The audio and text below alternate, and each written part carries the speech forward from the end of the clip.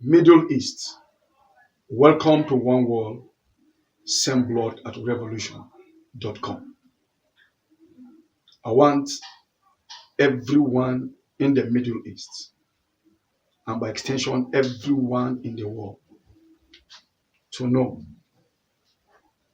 that peace is possible in the Middle East. You see, some people believe that the crisis in the Middle East or the wars in the Middle East is because of the Jew of Israel. Some people also believe the crisis in the Middle East is because of the Arabs in general. That is not true. That is a lie. Some people believe that the crisis in the Middle East is because of Iran. Some people believe the crisis in the Middle East is because of Saudi Arabia. Some people also believe that the crisis in the Middle East is because of the Shiite. Others believe it's because of the Sunnis. It's not true. Some believe the crisis in the Middle East is because of Hezbollah or Fatah or the other sect, and many of them in the Middle East. That's not true. Some people believe the problem in the Middle East is because of Syria or Lebanon or Turkey or Iraq. It's not true. None of those people are the reason for the crisis. None of those nations are the reason for the crisis in the Middle East. Some people also believe that the crisis in the Middle East is because of the West, because of Europe. Some believe it's because of America. It's not true. Now listen to me. When there was no nation known as Israel in the Middle East, there was crisis in the Middle East. When there were no nations known as Iraq or Iran or Saudi Arabia in the Middle East, there were crises in the Middle East. When there was no nation known as America or Europe, there were crises in the Middle East because life began in the Middle East by creation, by the Bible account. Now listen, Abraham wasn't an Arab man. Abraham wasn't a Jew, but Abraham went to war. That's why I said, if you think the problem in the Middle East is because of the Arabs or the Jews or the Sunni or the Shiite or the other sect, you are completely and totally wrong. Because when there was nothing known as Shiite or Sunni, there were crises in the Middle East. When there was no nation yet known as Iran or as Israel or as Saudi Arabia or as Egypt, there was a crisis in the Middle East.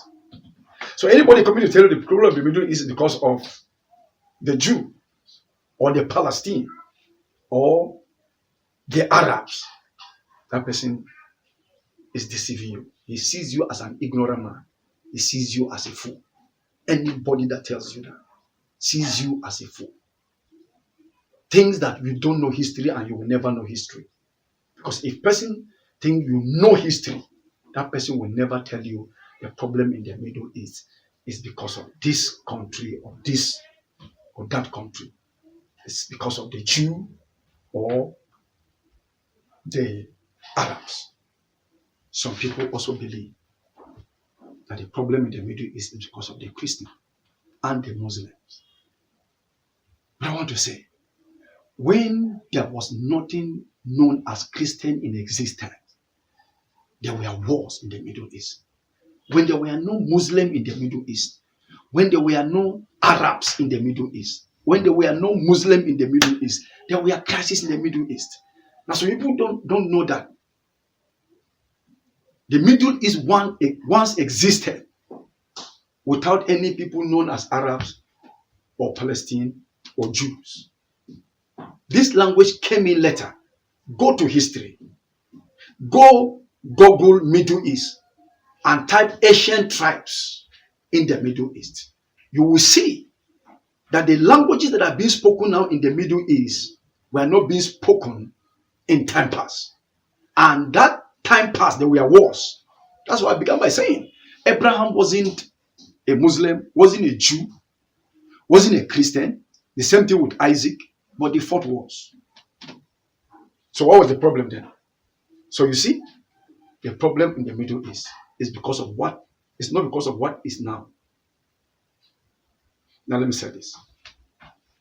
The purpose of this video is to make peace. Give peace a chance in the Middle East. Every one of you, every one of us, we should give peace a chance. Now listen. They are Israeli Arabs. Israelis and the Arabs intermarry. That means the Israeli and the Arabs are one blood. As I'm speaking right now, they are Jewish Iranian. They are people don't know history. There are some Jewish Iranian, even in the Iranian parliament. They are Jewish Egyptians. So you see, the Jews and the Arabs are of one blood. In descendant, the Jews and the Arabs are the descendant of Abraham. So they are one blood. So why will one blood hate one another so terribly? Over that, the Jews and the Arabs intermarry. The Jews marry the Palestinians marry the Jews. The Jews marry other nations marry Jews. They are Jews, Russians. They are Jewish Americans. They are Jewish Britons. They are Jewish France. They are Jewish Germans. Of course, you know that. So why do we so hate ourselves? There are some Israeli people that have married Arab people.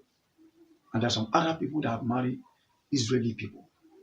You see, the core of this message is that I want us to know that the Israelis and the Iranians have the same blood.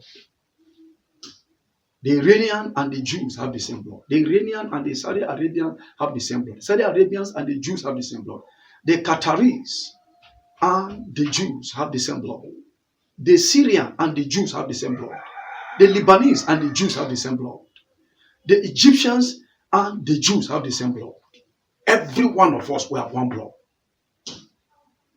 There's nothing like the blood of a white man or the blood of a black man. The black man. Nothing like that. I want you to work for peace. Please. I want you to own this message. I know it will be hard. It will be terrible. So some Muslims and some Jews will wish they were dead before they hear this message. Because it will hit them so hard. Because what we have told our children that the blood of a Jew is different from the blood of a Palestinian. And the blood of a Jew is different from the blood of an Arab. It's lies. And yet we tell our children that the Jews and the Palestinians and the Arabs are the descendants of Abraham. So at what point the blood of Abraham became different for Jew and became different for Arabs and the Palestinians?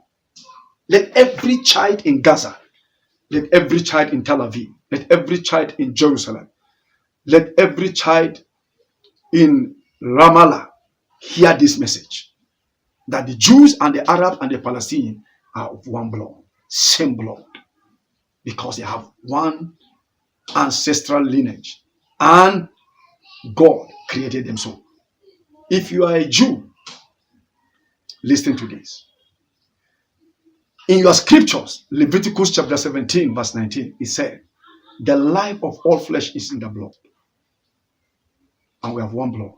If you are a Muslim, an Arab, Palestinian, or whatever, listen.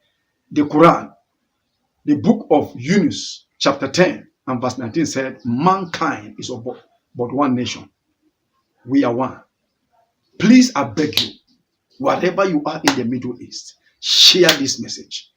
Tell every child, tell every adult that the Turkish people and the Jews have one blood, and the Turkish and the Egyptians have one blood. The Libyans and the Moroccans have one blood. The people from Tunis and Algiers have one blood. We can bring peace.